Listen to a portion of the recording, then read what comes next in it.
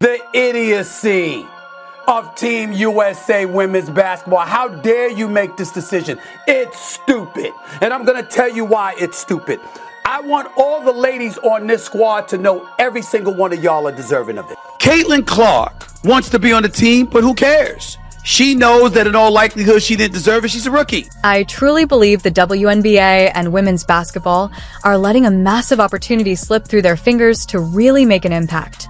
Team USA and the WNBA and all of these folks shouldn't be thinking about marketing and it's about what's going to be unfair to the other ladies, blah, blah, blah, blah, blah. Go after Caitlin Clark. Beat her down as much as you possibly can. Get the best of her. It feels like that overeager player constantly begging, "Coach, put me in," without doing the real work or preparation behind the scenes.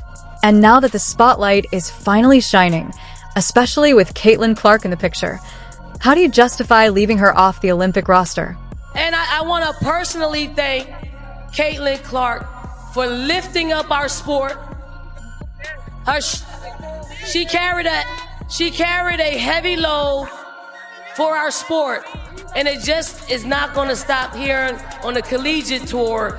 But when she is the #1 pick in the WNBA draft, she's gonna lift that league up as well. So Caitlin Clark, if you're out there, you are one of the GOATs of our games, and we appreciate you. What exactly are the decision makers thinking? Caitlin Clark, for her part, handled the situation with maturity, saying it simply gives her something to chase. It's still a dream. That mindset speaks volumes about her drive to keep improving. To me, this highlights a bigger issue the WNBA needs to address, especially when it comes to properly preparing young talent. And for every aspiring athlete out there, the message is simple. Before you start questioning your minutes, make sure you're truly ready when the opportunity comes. You don't sit up there and pass on Caitlin Clark. It was stupid, Team USA. It was a dumb decision. Everybody, there's always somebody that's a sacrificial lamb. I respect the hell out of Rebecca Lobo and what she broke down. I understand it. It was a stupid decision. A lot of players complain, "They don't even put me in the game." But instead of dwelling on that, the real focus should be on getting fully prepared for when their opportunity finally comes. Honestly, I think work really hard, have dreams, chase them, but also there's going to be moments that are really hard and there's going to be moments that are great. That's what every single person goes through in their life, whether you want to be a professional athlete, whatever you want to do, there's going to be moments of hardship and then a lot of amazing moments, but that's what makes the moments of really great time, that's what makes it so amazing. So I think don't let anybody tell you can't do something. You can achieve whatever you want in life. Sometimes injuries or unexpected situations open the door for players to step in and prove themselves. Women's basketball is dealing with a similar kind of challenge right now. There's constant talk about matching the men's game, but not enough focus on truly preparing young players for the pressure, attention, and media spotlight that comes with it. And then along comes Caitlin Clark. At that point, where she's from or what she looks like doesn't matter. What matters is that she's a full-blown superstar, filling arenas and drawing massive crowds everywhere she goes. Caitlin Clark sold out Washington, D.C.'s arena. Over 20,000 people showed up to watch her team, the Indiana Fever, who were 2-9, play against a winless Washington WNBA franchise. Usually the Washington WNBA franchise plays in an arena with only 4,500 seats. Because Caitlin Clark was coming to D.C., they sold out what is usually, I believe, the Wizards Arena where the Washington Capitals play. I've been and watched games there. Over 20,000 seats. They're all showing up for Caitlin Clark. I shared you the data on WNBA viewership.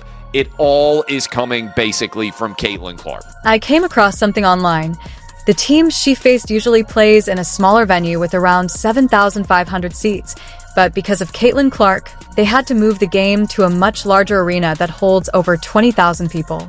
With the Olympics approaching, debates are heating up.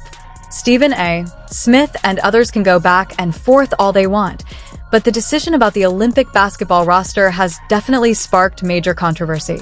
If you want to go from a marketing perspective, sure, Caitlin is extremely marketable. However, I just want to pitch this to everyone.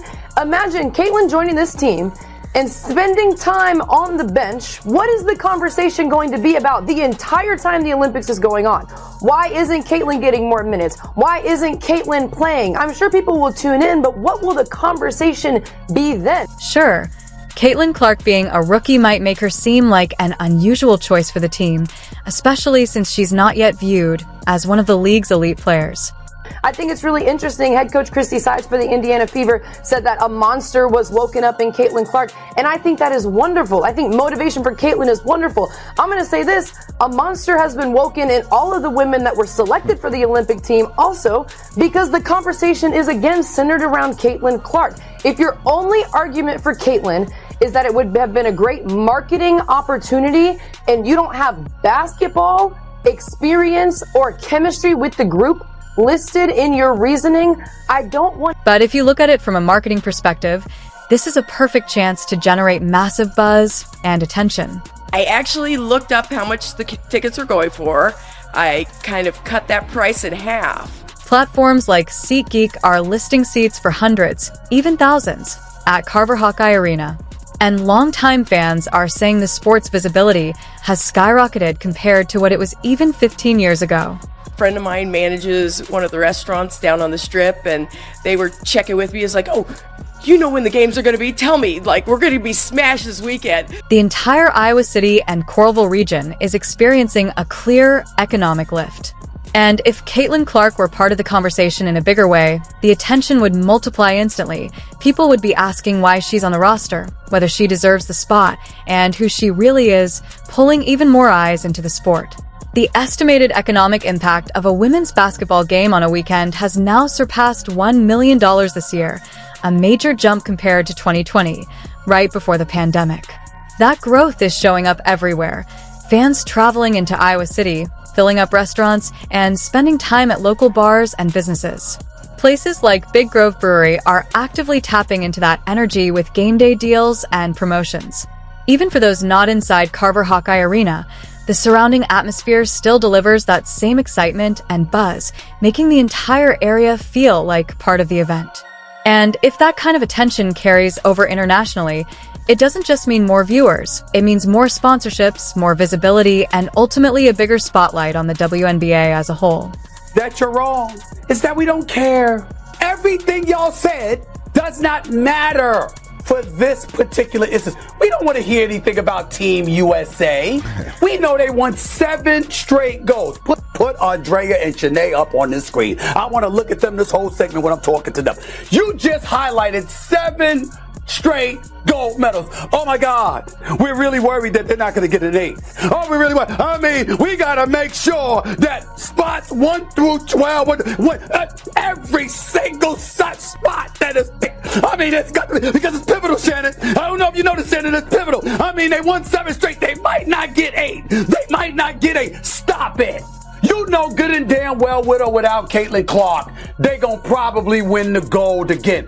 That's not what this conversation is about. There's clearly some hesitation to fully embrace her impact, possibly tied to the pressures women face in the spotlight. The debate around the Team USA roster has been intense, with strong opinions on both sides. Some argue selections should be purely based on basketball merit, while others believe star power and marketability also matter. From a broader view, a player like Caitlin Clark brings massive attention to the sport, and even limited involvement can generate huge buzz and elevate interest in women's basketball overall.